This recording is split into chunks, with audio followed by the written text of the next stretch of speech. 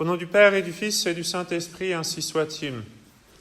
Au mois de mai, je vous avais parlé de Sainte Jeanne d'Arc, pour la solennité de Sainte Jeanne d'Arc, en relation avec la Sainte Vierge, c'est-à-dire sa dévotion qu'elle avait avec la Sainte Vierge, et je vous avais donné quelques leçons à ce sujet. Eh bien, je voudrais faire la même chose aujourd'hui, puisque nous sommes le 13 octobre, jour anniversaire du grand miracle de Fatima, Notre-Dame de Fatima. Eh bien, considérons un petit peu Sainte Thérèse sous cet aspect-là, c'est-à-dire dans sa dévotion qu'elle a gardée et qu'elle a fait croître toute sa vie envers la Sainte Vierge. Alors, Sainte Thérèse, d'abord, pour replacer les dates, Sainte Thérèse est née en 1873 et elle est morte en 1897, à l'âge de 24 ans, toute jeune. Elle est née le 2 janvier à Alençon, dans l'Orne, et elle a été baptisée 2 jours plus tard dans une église déjà dédiée à la Sainte Vierge, l'église Notre-Dame. Et ses prénoms de baptême étaient Marie-Françoise Thérèse. On l'appelait Thérèse, mais son premier prénom, c'était le nom de la Sainte Vierge, comme d'ailleurs toutes ses sœurs. Les 9 enfants de Louis et Zélie Martin, ses parents, avaient tous le nom de Marie, le prénom de Marie. Cette famille, ce couple en particulier des parents Martin, était une famille très dévouée à la Sainte Vierge. Ils étaient très pieux. Ils allaient justement dans cette église Notre-Dame tous les matins pour assister à la messe avant leur journée de travail. Ils assistaient à la messe des ouvriers, c'est-à-dire à 5h30. Imaginez un petit peu, ils devaient se lever de très bonne heure pour pouvoir avoir la messe avant de se rendre ensuite à leur travail. Ils avaient également une grande dévotion à Notre-Dame des Victoires de Paris. Le papa de Sainte Thérèse, Louis Martin, appelait Notre-Dame des Victoires son petit paradis terrestre. Il s'y plaisait beaucoup. Il allait prier régulièrement quand il le pouvait là-bas. Et puis, bien sûr, il y avait dans ce foyer cette statue de la Très Sainte Vierge qui est maintenant célèbre, qu'on appelle Notre-Dame du Sourire. C'était une reproduction, une copie d'une statue qui existait à l'église Saint-Sulpice à Paris, qui avait été faite par un sculpteur pour le roi à l'époque, au XVIIIe siècle.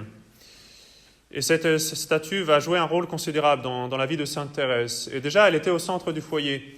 En fait, le papa, alors jeune homme, célibataire, qui venait de s'établir à Alençon en tant qu'horloger, avait reçu cette statue comme un cadeau qu'on lui avait fait. Et il l'avait mis dans un endroit important de son domicile. Et après, quand il s'est marié, eh bien, cette statue est restée au centre de ce foyer. Et la famille Martin allait faire leur prière devant cette statue de Notre-Dame. Et puis, la maman, Zélie, a reçu beaucoup de dévotion pour cette statue. Sainte Thérèse nous rapporte que la Sainte Vierge lui a parlé 2 fois par l'intermédiaire de cette statue, c'est-à-dire à Zélie, à sa maman. Et justement, cette maman, cette sainte mère Zélie, est morte assez jeune, après avoir été en pèlerinage à Lourdes avec ses 3 filles aînées, Marie, Pauline et Léonie. Et elle est morte le 28 août 1877. Donc la petite Thérèse n'avait qu'à peine plus de 4 ans. Imaginez un peu la douleur, la perte énorme que ça a été pour elle de perdre ainsi cette maman qui était si chère et si tendre pour elle. Alors à ce moment-là, la famille Martin déménage à Lisieux, où Sainte Thérèse va rester 11 ans, donc de 1877 à 1888, dans la maison des Buissonnets. Et alors là aussi, il y a plein de petits détails qui nous montrent la dévotion de Sainte Thérèse envers la Sainte Vierge. La famille Martin allait, pendant le mois de mai, pour le mois de Marie. Donc on avait des dévotions particulières à la paroisse, dans l'église paroissiale, tous les jours du mois de mai. Mais la petite Thérèse était trop jeune pour y aller. Alors, eh bien, c'était la domestique, qui s'appelait Victoire, qui lui faisait un petit mois de Marie, quelque chose qui était adapté à son âge, pour qu'elle aussi apprenne à honorer la Sainte Vierge. Et ça a beaucoup marqué Sainte Thérèse. Elle nous le raconte, d'ailleurs elle nous raconte assez innocemment ses petits caprices, ses petites susceptibilités à ce sujet. Mais fondamentalement, c'était quand même une dévotion importante. Vous voyez que ce sont des petites choses. Ce sont des choses que vous, peut-être même, faites chez vous. Eh bien, ce sont ces petites choses qui ont sanctifié Sainte Thérèse. Les petites choses sont très importantes. Ces dévotions-là sont très importantes.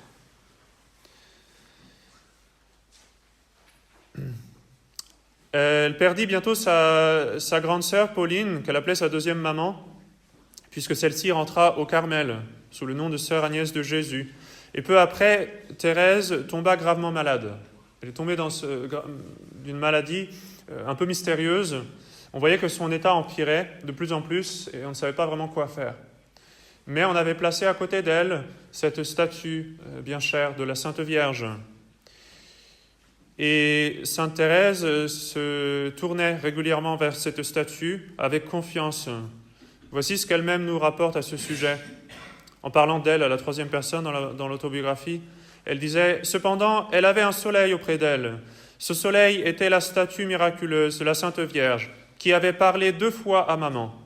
Et souvent, bien souvent, la petite fleur tournait sa corolle vers cet astre béni. Un jour, je vis papa entrer dans la chambre de Marie où j'étais couché. Il lui donna plusieurs pièces d'or avec une expression de grande tristesse et lui dit d'écrire à Paris et de faire dire des messes à Notre-Dame des Victoires pour qu'elle guérisse sa pauvre petite fille. » Donc Louis Martin avait fait dire des messes justement à ce sanctuaire, dans ce sanctuaire de la Sainte Vierge qui lui était si cher, Notre-Dame des Victoires. Et peu de temps après, effectivement, Sainte Thérèse va être guérie, le jour de la Pentecôte, le 13 mai 1883, le 13 mai, c'est un jour important pour Notre-Dame de Fatima. C'est un 13 mai que la petite Thérèse se trouva miraculeusement guérie par un sourire de cette statue de la Sainte Vierge. Voici ce qu'elle nous dit à ce sujet. « Tout à coup, la Sainte Vierge me parut belle, si belle que jamais je n'ai rien vu de si beau. Son visage respirait une bonté et une tendresse ineffables.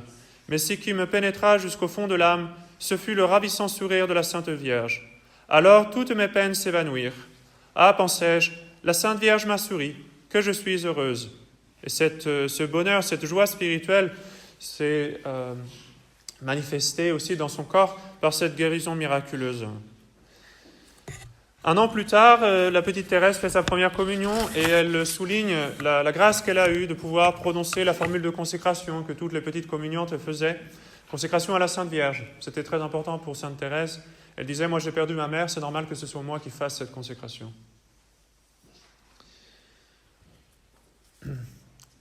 À Noël 1886, elle obtint une grâce très grande qu'elle appelle la grâce de sa complète conversion. C'est comme ça qu'elle l'appelle. Mais vous allez voir que c'est quelque chose de très simple en soi.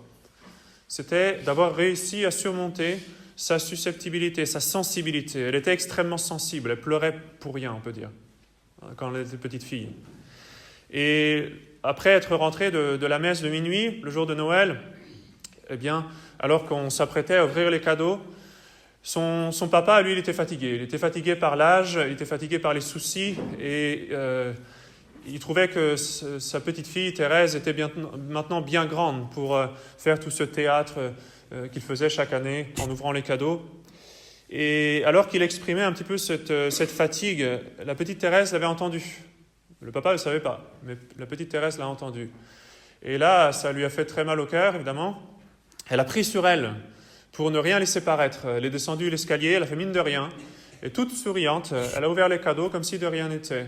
Et d'ailleurs, elle a réussi comme ça à réjouir son papa, et même à le faire rire. Eh bien, c'était pour elle un grand sacrifice que de faire comme si de rien n'était, alors qu'elle avait entendu la remarque de son papa. C'est une petite chose, mais ce sont ces petites choses-là qui font les saints.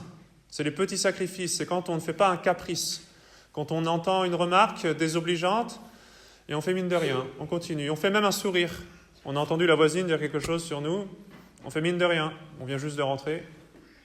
On fait même un sourire, bonjour madame. Ça coûte beaucoup. Et ce sont ces petites choses-là qui font les saints. En grandissant, Sainte Thérèse pense de plus en plus à entrer au Carmel, à son tour. Elle en parle à son père, encore une fois, le jour de la Pentecôte, c'est une fête qui sera très importante dans sa vie. Et son père lui permet d'entrer au Carmel, même si pour lui aussi c'est un grand sacrifice. Mais elle fait face cependant à l'opposition de son oncle, du supérieur du Carmel, l'abbé de la Trouette. Et puis l'évêque, lui, ne donne qu'une réponse évasive quand son père va, avec courage, solliciter cette permission de l'évêque.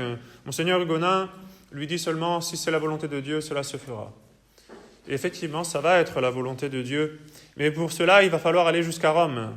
Son père entreprit un pèlerinage à Rome, mais pour Sainte Thérèse, c'était d'abord l'occasion d'aller voir le pape lui-même et de lui demander la permission d'entrer au Carmel, avec cette force incroyable dans cette petite fille d'oser parler au souverain pontife, alors que tout le monde leur a dit, surtout, il ne faut pas parler. Céline, qui a entendu ça, lui a dit, parle, vas-y. Mais en tous les cas, il a fallu vraiment beaucoup de force pour cette petite fille, pour surmonter cette crainte, pour parler directement au souverain pontife. Mais avant d'arriver là, elle a obtenu une autre grande grâce à Notre-Dame des Victoires, la grâce d'être délivrée de ses scrupules. Elle avait beaucoup de scrupules, elle était très scrupuleuse. Eh bien, elle obtint à ce moment-là une grande grâce de confiance envers la Sainte Vierge et de délivrance des scrupules. Voici ce qu'elle nous dit à ce sujet. « La Sainte Vierge m'a fait sentir que c'était vraiment elle qui m'avait souri et m'avait guéri. J'ai compris qu'elle veillait sur moi, que j'étais son enfant. Aussi, je ne pouvais plus lui donner que le nom de maman, car il me semblait encore plus tendre que celui de mère. Avec quelle ferveur ne l'ai-je pas prié de me garder toujours et de réaliser bientôt mon rêve, en me cachant à l'ombre de son manteau virginal, c'est-à-dire au Carmel. Ah, c'était là un de mes premiers désirs d'enfant. En grandissant, j'avais compris que c'était au Carmel qu'il me serait possible de trouver véritablement le manteau de la Sainte Vierge. Et c'était vers cette montagne fertile que tendaient tous mes désirs. Le manteau de la Sainte Vierge, c'est l'habit du Carmel. Eh bien, ce manteau de la Sainte Vierge, nous pouvons nous aussi le porter, nous devons le porter. C'est le scapulaire de Notre-Dame du Mont-Carmel. Elle obtint enfin la permission de rentrer au couvent, au Carmel. Elle devint postulante. Le 9 avril 1888, c'était la fête de l'Annonciation, qui avait été reportée, ça arrive souvent, avec les fêtes de Pâques. Donc, en la fête de l'Annonciation, notre grande fête de la Sainte Vierge. Et là, ensuite, elle devient carmélite, et son père, lui, devient très malade. C'est une maladie qui va être assez longue et douloureuse, à la fois pour lui et pour ses filles, qui le voient souffrir et qui en sont bien peinées. Et c'est le cas, bien sûr, de la petite Thérèse. Elle s'engage par la profession perpétuelle le 8 septembre 1890, donc une autre fête de la Sainte Vierge. Voici ce qu'elle dit. « Quelle belle fête que la nativité de Marie pour devenir l'épouse de Jésus. C'était la petite Sainte Vierge d'un jour qui présentait sa petite fleur au petit Jésus. Ce jour-là, tout était petit, excepté les grâces et la paix que j'ai reçues, excepté la joie paisible que j'ai ressentie le soir en regardant les étoiles scintiller au firmament, en pensant que bientôt le beau ciel s'ouvrira à mes yeux ravis et que je pourrais m'unir à mon époux au sein d'une allégresse éternelle. » Et à partir de ce moment-là, elle se jette avec confiance sur la voie de la sainteté. Un prêtre l'aide beaucoup pour cela, en la rassurant. C'est un prêtre, le père Alexis Proux, qui était venu prêcher une retraite religieuse. Toutes les religieuses n'ont pas beaucoup apprécié ce prêtre-là, ils ont trouvé qu'il était un peu trop simple. Mais elle a beaucoup retiré de profit de cette retraite. Peu de temps après la mort de son père, survenue en 1894, c'est sa grande sœur Céline qui finit par entrer également au Carmel. Et à partir de cette période, eh bien, Sainte Thérèse entreprend d'écrire beaucoup de choses, des poésies, des pièces de théâtre, des prières, et surtout, à la demande de sa supérieure, son autobiographie. Et cette autobiographie, elle la compose sous le regard de la Sainte Vierge. Cette même statue, la Notre-Dame du Sourire, était maintenant au Carmel. Et donc, c'est sous son regard qu'elle entreprend ce travail. Et là, de plus en plus, elle avance dans cette petite voie d'enfance spirituelle, de confiance et d'amour. Et elle s'offre à la très Sainte Trinité, à l'amour miséricordieux du bon Dieu, le jour de la fête de la Sainte Trinité. Et elle le fait par la médiation de la très Sainte Vierge Marie, justement. Et donc, à partir de ce moment-là, elle se donne toute à notre Seigneur. Et elle se donne surtout pour les missions. Elle reçoit la charge de prier pour 2 prêtres missionnaires.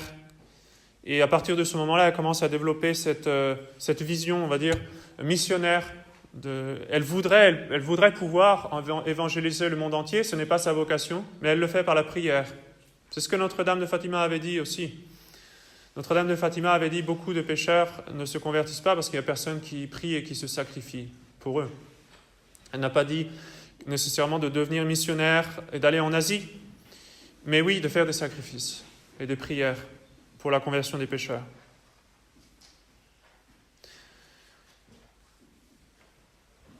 À la fin de sa vie, elle devient très malade, très jeune. En 1896, le vendredi saint, déjà, elle commence à cracher du sang. Et son état de santé va s'empirer assez vite. Et bien, à partir de ce moment-là, de la fête de Pâques 1896 jusqu'à sa mort, plus ou moins, Sainte Thérèse va souffrir ce qu'on appelle la nuit de la foi. C'est-à-dire une grande épreuve d'aridité spirituelle. On pourrait s'imaginer, au milieu de tous ces poèmes, de toutes ces fleurs, de toutes ces choses magnifiques que Sainte Thérèse nous écrit, que tout était facile, que tout était merveilleux, qu'elle entendait les petits anges chanter dans le ciel. Loin de là, détrompez-vous. Sainte Thérèse vivait dans la foi. Elle aimait le bon Dieu parce qu'elle savait qu'il était aimable, même si c'était difficile. Elle nous dit que parfois c'était comme un mur. Elle avait l'impression qu'il y avait un mur épais, froid, qui la séparait de Dieu. C'était ce qu'elle ressentait parfois. Elle aimait le bon Dieu malgré tout. Et c'est grâce à ça que c'est une sainte. Parce qu'elle a réussi à aimer le bon Dieu dans la foi. C'est-à-dire même quand on ne ressent rien, même quand c'est difficile. Et dans cette aridité spirituelle qu'elle a traversée avec courage, et où elle était aussi en proie à de grandes tentations justement contre la foi, elle faisait régulièrement des actes de foi. Le démon venait régulièrement la tourmenter à ce sujet-là. Dans cette grande épreuve, Sainte Thérèse a toujours gardé une grande dévotion envers la Sainte Vierge, en disant « La Sainte Vierge ne sera jamais cachée pour moi ». Donc elle continuait à aimer tendrement la Sainte Vierge, même dans cette grande épreuve. La dernière poésie écrite par Sainte Thérèse est justement en l'honneur de la Très Sainte Vierge. Elle s'intitule « Pourquoi je t'aime, ô Marie ». C'est une très belle poésie. Si vous ne la connaissez pas, je vous invite à rechercher, à la lire. Une très belle poésie sur la Sainte Vierge. Une poésie très simple, qui raconte les grandeurs de la Sainte Vierge au quotidien. Et justement, Sainte Thérèse souligne beaucoup toutes les souffrances, toutes les complications que la Sainte Vierge elle-même a dû supporter pendant sa vie sur la terre. Elle continue ainsi son travail d'écriture, même dans la plus grande aridité, la plus grande difficulté. Et dans cette autobiographie, elle nous confie plusieurs choses qui sont quand même intéressantes. En ce mois d'octobre, par exemple, elle reconnaît qu'elle a eu toute sa vie tant de mal à dire le chapelet. Elle le disait avec fidélité, mais elle était facilement distraite. Elle nous dit à ce sujet « J'ai beau m'efforcer de méditer les mystères du rosaire, je n'arrive pas à fixer mon esprit. Longtemps, je me suis désolé de ce manque de dévotion qui m'étonnait, car j'aime tant la Sainte Vierge qu'il devrait m'être facile de faire en son honneur des prières qui lui sont agréables. Maintenant, je me désole moins. Je pense que la Reine des cieux, étant ma mère, elle doit voir ma bonne volonté et qu'elle s'en contente. La Sainte Vierge me montre qu'elle n'est pas fâchée contre moi. Jamais elle ne manque de me protéger aussitôt que je l'invoque. » Donc, ce sont peut-être des paroles qui sont pour vous consolantes. Ce n'est pas parce qu'on est distrait que le chapelet est mal dit. Si on a vraiment fait l'effort et qu'on essaie régulièrement de se concentrer, qu'on fait des actes d'amour de la Sainte Vierge, de notre Seigneur, alors le chapelet est bien dit, même s'il faut toujours rappeler son imagination qui a tendance à courir à droite à gauche. Mais il faut cependant faire des efforts quand même. Il ne faut pas prendre cette citation de Sainte Thérèse comme une excuse pour ne pas faire d'efforts et se laisser aller aux distractions, bien entendu. Sainte Thérèse nous rapporte d'ailleurs qu'elle avait beaucoup de difficultés parfois à rester réveillée pendant l'action de grâce. Alors qu'elle venait juste de recevoir notre Seigneur dans la Sainte Eucharistie, elle retournait à sa place et voilà qu'elle s'endormait. Une grande sainte. Et oui, c'était la faiblesse humaine. Elle ne le faisait pas exprès, bien entendu, mais ça lui arrivait. Mais elle faisait tous ses efforts pour aimer le bon Dieu, même dans ces difficultés-là. Donc ne pensez pas que l'on peut devenir saint seulement quand, encore une fois, on entend les petits anges chanter. Au contraire, on peut devenir saint quand c'est difficile, quand on ne ressent rien, quand même on s'endort sur son banc. C'est possible.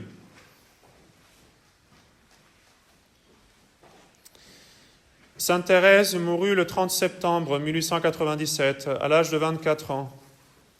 Une des dernières prières qu'elle avait faites à la Sainte Vierge, elle l'avait écrite le 8 septembre en disant « Ô Marie, si j'étais la Reine du ciel et que vous soyez Thérèse, je voudrais être Thérèse, afin que vous soyez la Reine du ciel. » Elle avait cet amour très simple, très candide envers la Sainte Vierge.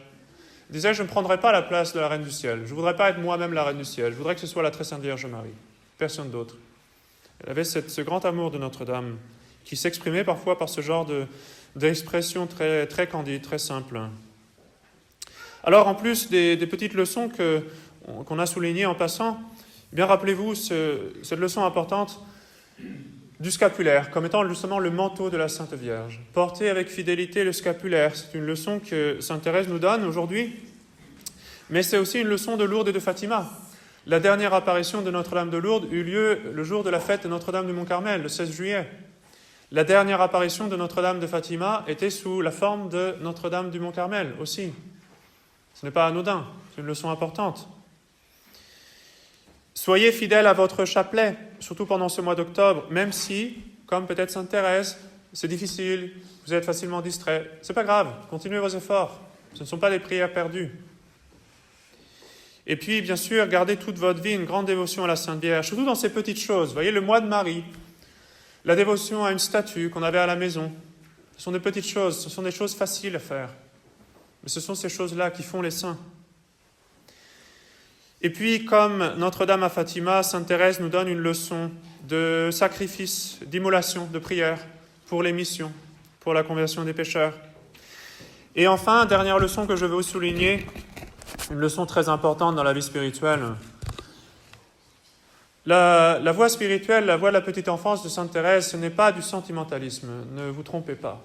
Sainte Thérèse nous fleurit tout cela, nous rend tout cela très beau, très, très agréable. Mais c'est parce qu'elle le faisait elle-même. Elle s'efforçait à être tendre envers la Sainte Vierge, à être tendre envers le bon Dieu et à l'aimer de cette façon candide et simple qu'elle avait. Mais c'est parce qu'elle-même le faisait. Mais elle était dans la nuit de la foi. C'était parfois difficile. Elle s'efforçait d'aimer le bon Dieu, ainsi de lui lancer des fleurs. Mais il ne faut pas croire que c'était une situation facile toujours. Elle a fait de grands sacrifices dans des petites choses. Et c'est comme ça qu'elle est devenue sainte. Alors, gardez toujours envers la Sainte Vierge un amour très tendre, même si ce n'est pas du sentimentalisme, comme je dis, mais quand même un amour très tendre. Mais c'est à vous de donner les fleurs. Ce n'est pas à vous de les attendre, c'est à vous de les donner. Et donc, efforcez-vous, même quand vous êtes dans l'aridité, même quand vous avez tendance à vous endormir sur votre banc, efforcez-vous à donner des fleurs à la Sainte Vierge, c'est-à-dire des actes d'amour, des actes de charité fervents. Au nom du Père et du Fils et du Saint-Esprit, ainsi soit-il.